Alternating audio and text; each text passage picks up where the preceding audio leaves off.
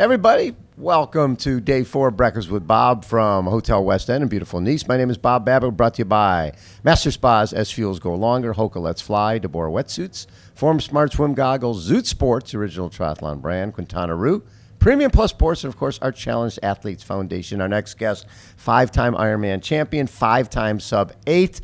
He's sort of winding down his career. Might be his last world championship. Brent McMahon joins us. How you doing, Brent? I'm doing great. It's awesome to be here in Nice and trying out the new world championships. And the Kona course is the Kona course. It's iconic. But this is a challenge that I don't think a lot of people have seen before. Yeah, this is going to be an iconic course as well. And it's been an iconic course for a long time. They've had a triathlon here for over 40 years. Right. Multiple different formats and distances here. So this is very much a triathlon town, and this course is definitely unlike any other out there. So Yes. people are in for a treat. Well, and you're one of those guys who likes things that are different and challenging and hard. This has all three. How tough is this bike ride? Yeah, it's, the bike is challenging for a whole number of reasons. Obviously, it's one big loop. Yes. There's only one small out and back section. So you're not going to see where you are. You're going to have to do your own thing. There's over an hour straight of climbing. And that climbing doesn't finish then with a descent. No. It's you climb up and then you start doing 60 kilometers of undulating, challenging terrain still. Right. And then you got a hair-raising descent that's super fast, super technical, bumpy, speed humps, small villages. It's amazing. And it's this is an everything course. And it's going to be a long ride. It's going to be 4.5 hours. Yeah, it'll be, for the top guys, it'll be probably 30 minutes longer than normal. Yeah, pretty close, I'd say. That is wild. Yeah. And then I think people think, oh, it's a flat run. And it's 4 laps. And we've seen every afternoon. It's been hot. Yeah. I mean, not Kona hot, but hot. Yeah, it's probably the same temperature as Kona. It doesn't have the same humidity. Right. But there's no shade, just like in the energy lab. The palm trees are to your left and the sun is on your right. So you're just going to be baking in that sun, and you will have beat your legs up for 4.5 plus hours on the bike. So it's flat, but for a lot of people running flat, it really wears on you. And so it's a challenging run despite being flat. Does this course suit you? It certainly does. Yeah, right? This is a good one. I love courses where everybody has to do an Ironman.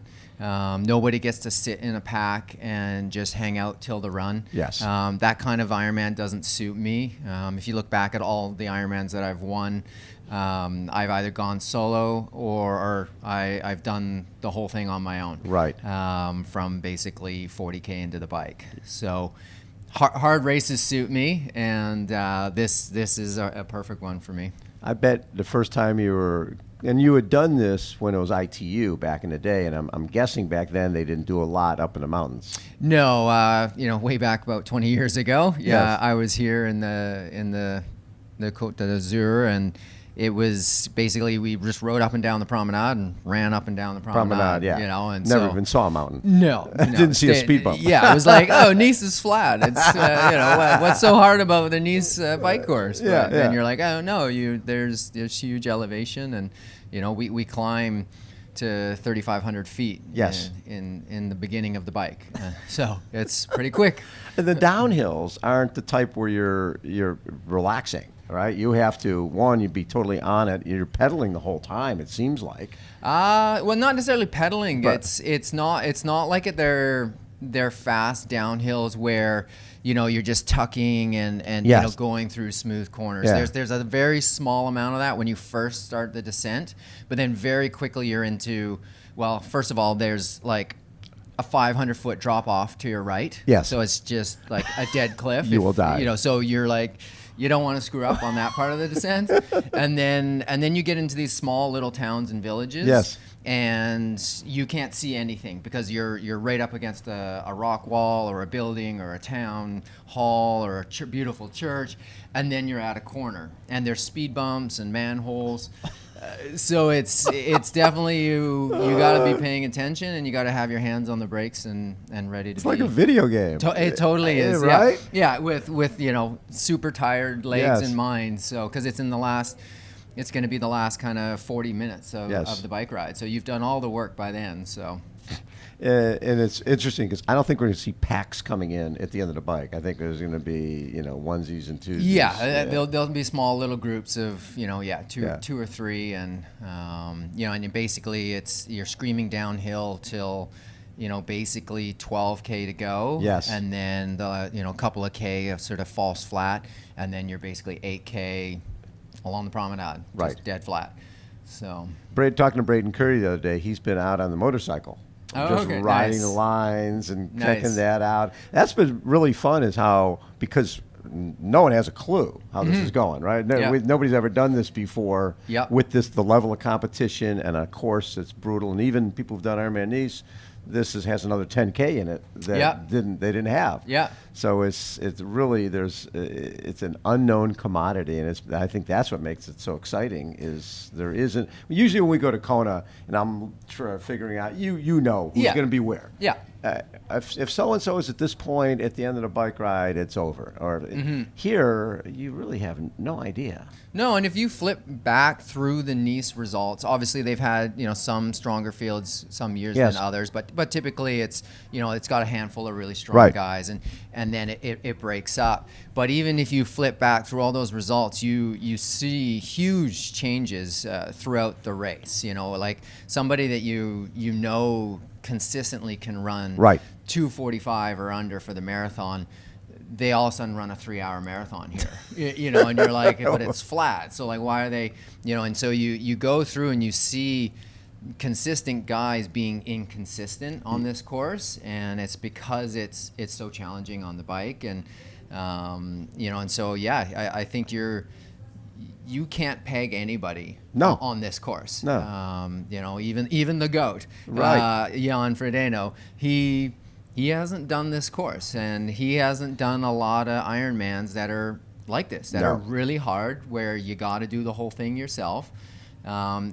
He's good at getting ready for any event, but he's a rookie on this one too. Exactly. Aside from the few guys that have raced this actual course, most of the field are rookies here. Well, and it's funny because when I was looking at people to interview, I'm looking at people who've done Umbrum, right, and people who have done Alpe d'Huez, because this is these long climbs, hard getting off and running in the low 240s. You're like, oh my God, these different, sort of a different field in terms of who could be at the front than normal. You don't know. And then and then unlike the Nice course, you've got more than a handful of really strong guys. Like you've got a dozen, 15, 20 really strong guys. So that's gonna like pull some people the wrong way. They're gonna pull them too hard.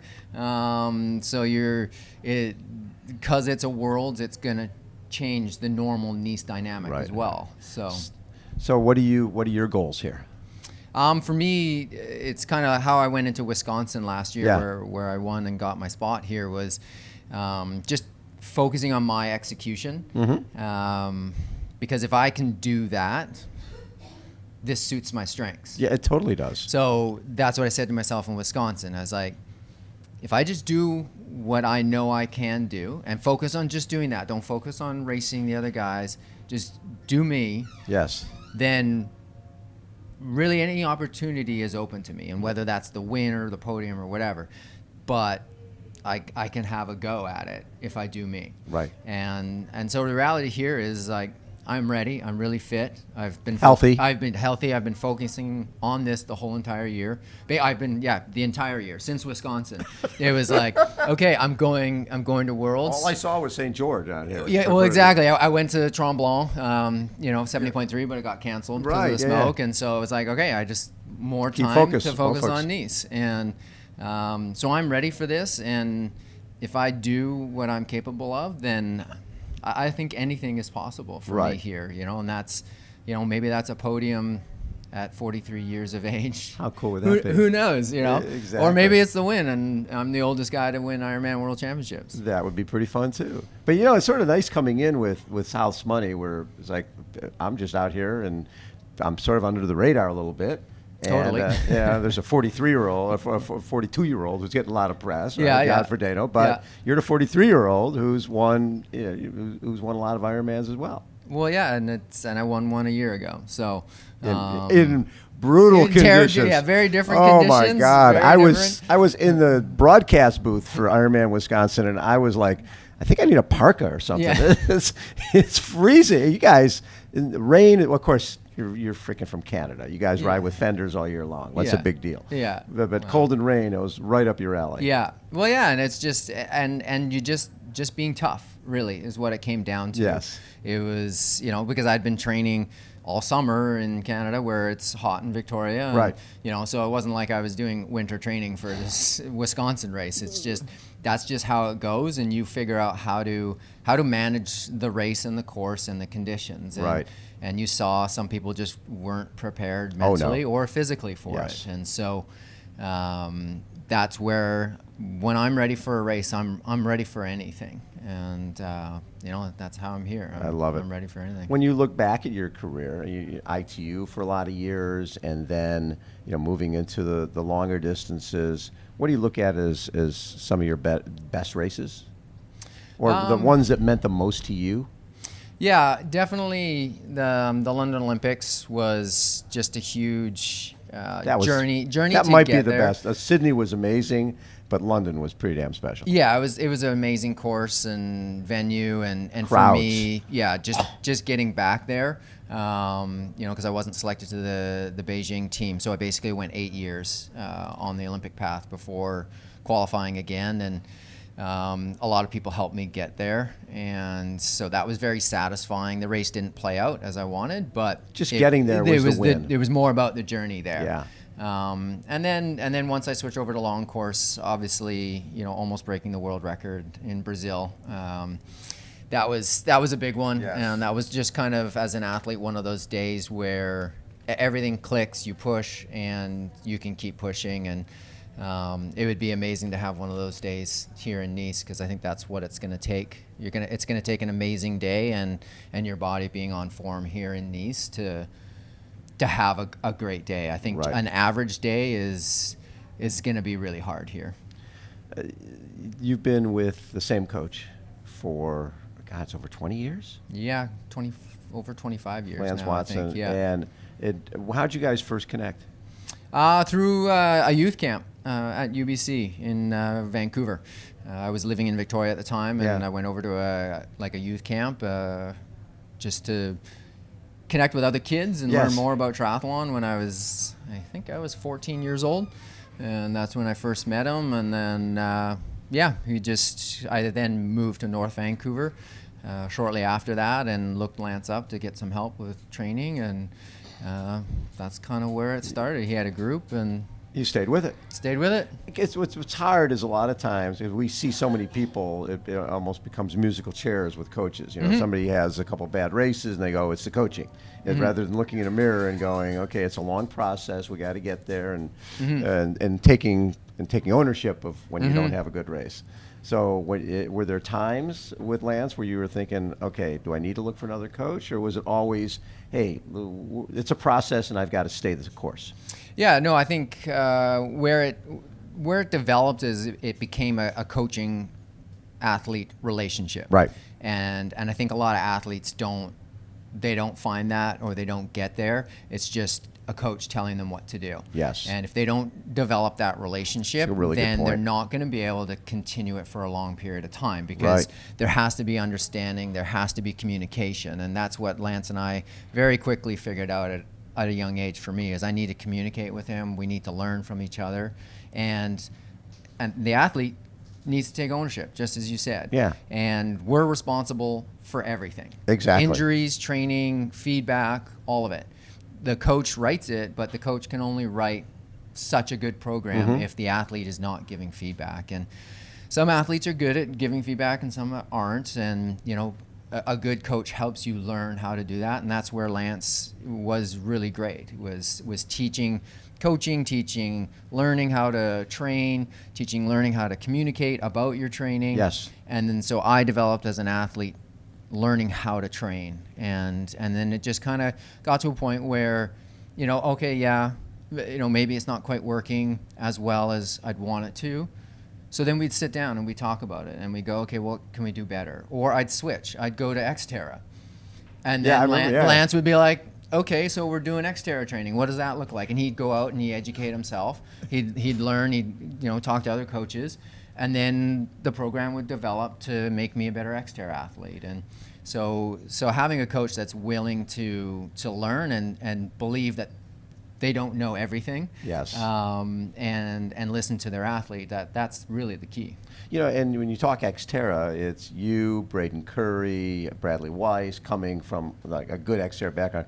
This course, right? In terms of bike handling. Well, like I was saying, going through those villages, you're hopping speed humps, you're dodging potholes. It's not mountain biking, but it's damn close. It's not far off. That is really, really funny. So if this is your last World Championship, what's next for Brent McMahon?